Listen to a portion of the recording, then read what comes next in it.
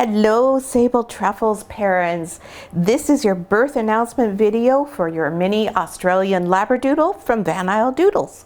And hi, I'm Claire from Van Isle Labradoodles, and these little mini Australian Labradoodle puppies are not even 24 hours old.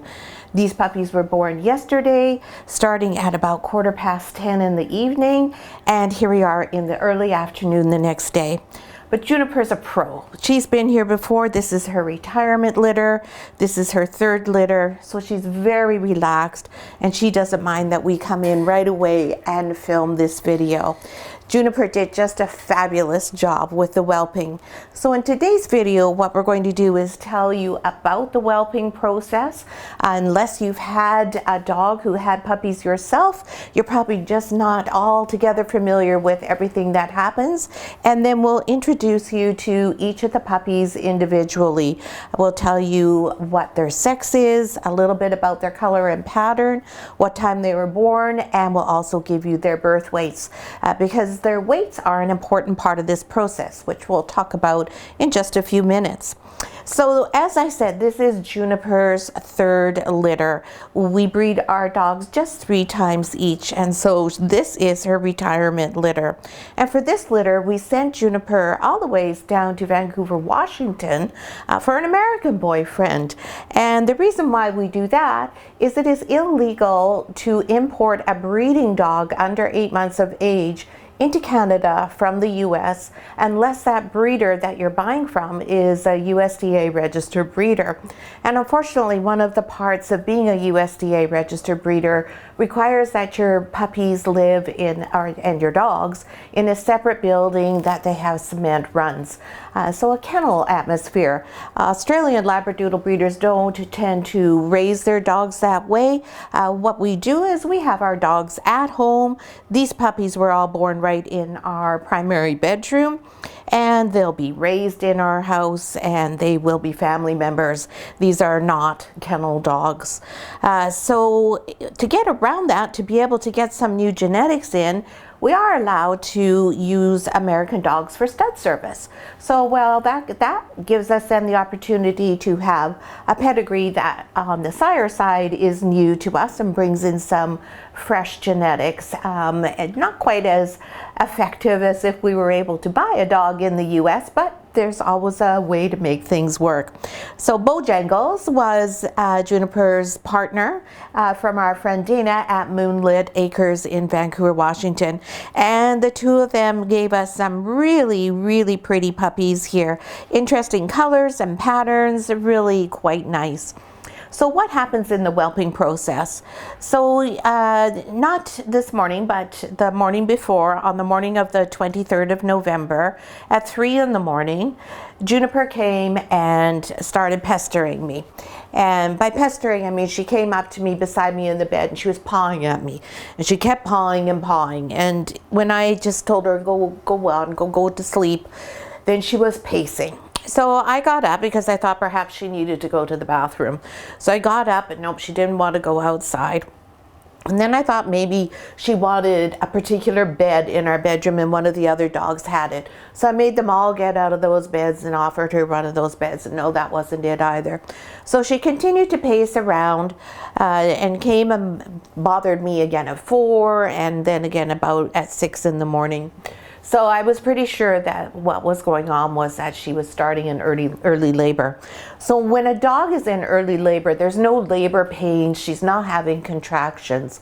All that's happening is the puppies are moving. Like the puppies can be up here, this far up in the dog's body. So they have to travel all the ways from up near the top of her body, all the ways down to the end, which, you know, isn't a huge distance. But if you're a small puppy, that's quite the journey to make.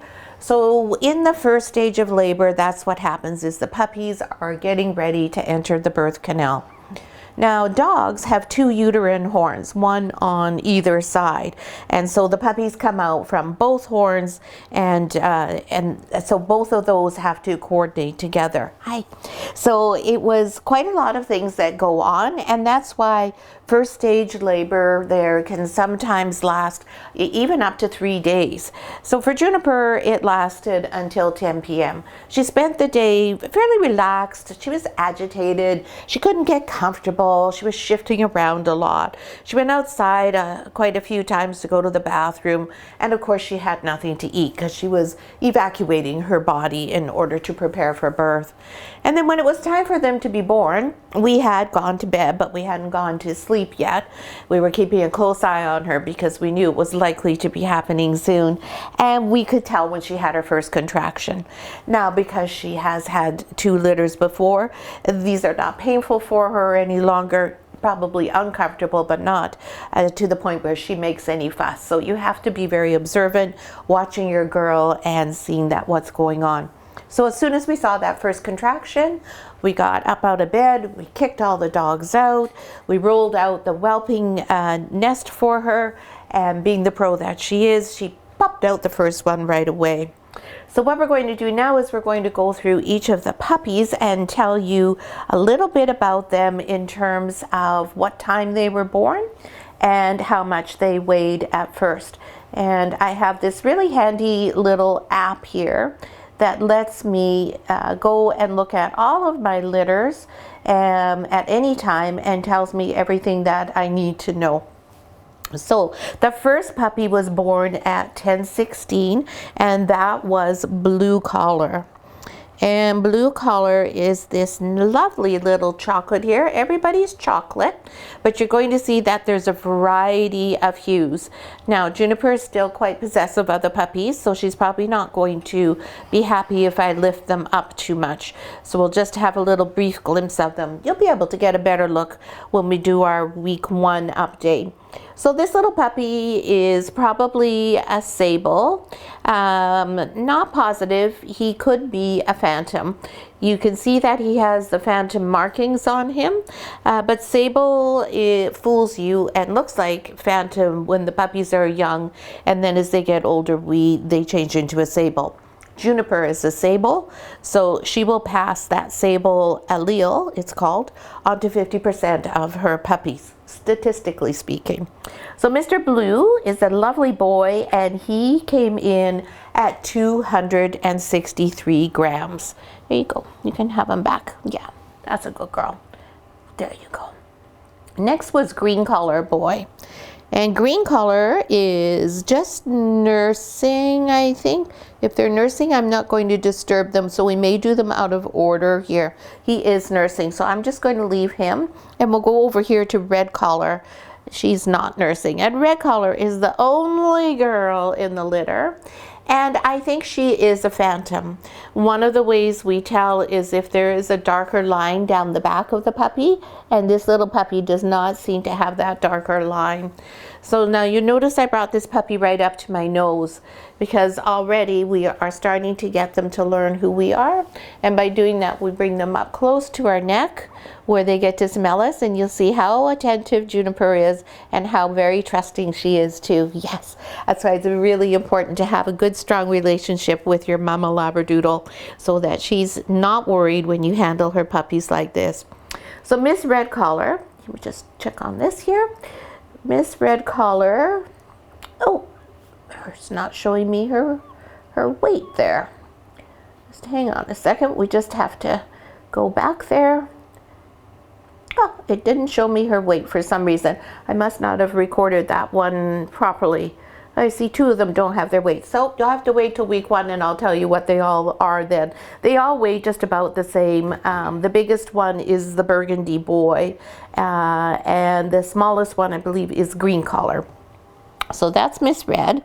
There we go. Now Green Collar has finished nursing, so we can show him to you. Oh no, he hasn't. He's still attached. Never mind.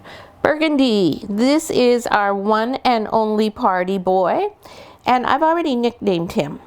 He is now being known as Pirate, and when we take a look at his face, you'll know why.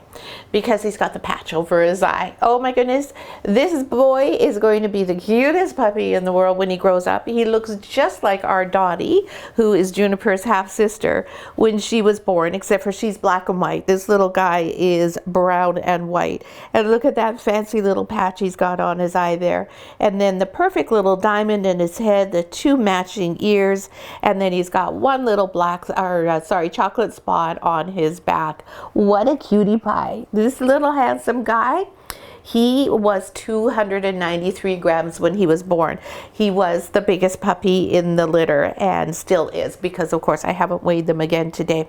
And if you're wondering what these collars are that they have, these are just the elastics that you use on a face mask for like a COVID mask. They're really soft, they're really easy to adjust, and they don't interfere at all with their breathing or anything else. But they stay nice and close to the neck so they can't get their feet through them easily and get stuck. There you go, see the baby boy. Yes, make sure he's all okay. There we go.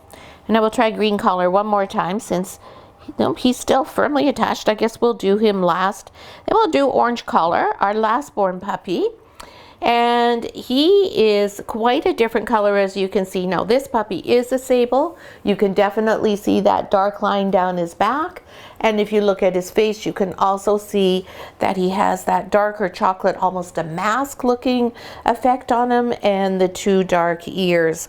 And he is a very light chocolate color. So he's going to be what we call a dilute or a cafe. And he'll probably be about the same color as Juniper. You can see already that he's very close to her same coloring. Really pretty puppy. Yeah, I know, you want to go to find the milk bar. All right, let me get your green collar brother out of here. And I'm going to take green collar, even though he's not quite finished nursing. And you'll see he too is also that really beautiful reddish brown and auburn, I guess you would call it. And then you can see the darker color on his face. Green was 230 grams when he was born. And he is the smallest puppy, and you can see that darker line down his back there. And he's got that cute little white goatee. There we go. Thank you so much, Juniper. There we go. So now the puppies have all arrived. You can see Juniper is settled right in with them. I'm just going to put him back on the milk bar there. Help him find his spot. No, now maybe he's tanked up. Maybe somebody else is going to have a turn. You'll see how she's got her head snuggled up to my legs here. She's tired now. She's been awake and not really slept thoroughly for quite a while. And when the puppies are young like this, she does nap, but she's always got one ear open. She's very protective of the puppies. Right now, when we take her outside to go to the bathroom, you maybe can get her to agree to stay outside for about 30 seconds. And then she hightails it right back to the front door to come back in. But in a week from now, when we do our next week 1 update, she'll be much more comfortable with leaving them and feeling much more relaxed that they don't require her 24/7 vigilance. So that is your birth announcement birth announcement video for your puppies. They're all strong, they're healthy, they're doing really well. All of them nursed really easily right after whelping. That is always a sign that we look for to know that the puppies are strong and vital and doing well. And last night there was no big upsets. We didn't have to get up multiple times because one was lost or they couldn't latch on and they were hungry. Reynolds said he got up just once, and that was really just to check, not because anything was going on. I always sleep through it when they cry, so it's a good thing that Reynolds wakes up to those things, whereas I don't hear anything and just continue enjoying my sleep. So everything's going great. Juniper is really comfortable and she's already back with all of her energy. She's eating beautifully. She's already had over a pound of raw food today to eat, and we will continue to give her all the food that she wants. she'll probably be eating about triple what she normally does for the duration, and she'll go up to close to 4 times what she would normally eat when the puppies are a bit bigger and are taking even more from the milk bar. So I hope you enjoyed the video. Our next one will be when the puppies turn a week old, and we'll see all sorts of changes. They'll have grown.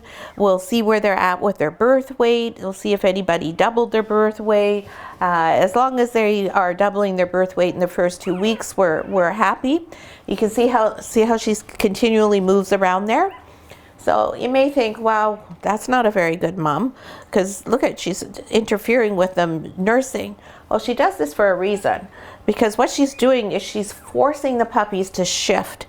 And so if there's one puppy that's hogging a spot at the milk bar, that forces that puppy to move and lets the other ones have a turn. So that's a good mom when they do that. Lots of times people make a mistake and think, oh, she's a terrible mom because she doesn't stay still. But the opposite is true. She is doing everything in her power to make sure that all of her babies get a free and equal opportunity at the milk bar. And you can see she's a little bit concerned about Red Collar Girl there, who's underneath her chin, because she's not actually being able to access the milk bar. So what she wants is for her to be over here and finding her way. See how she's shifting? And she's doing that to help Red Collar get in there and get a spot. So clever dogs. It's amazing what they do once you learn what they're actually telling you. And now she's going to rest her head. So I hope you enjoyed today's video. It's so helpful to us. If you can take a moment and make a comment on this video, please, when you're doing that, if you have any questions, don't hesitate to ask. And if you don't have time for a comment, at least a thumbs up would really be appreciated as well. And we'll see you all next week when we're back for a week 1 update. Thanks so much for watching.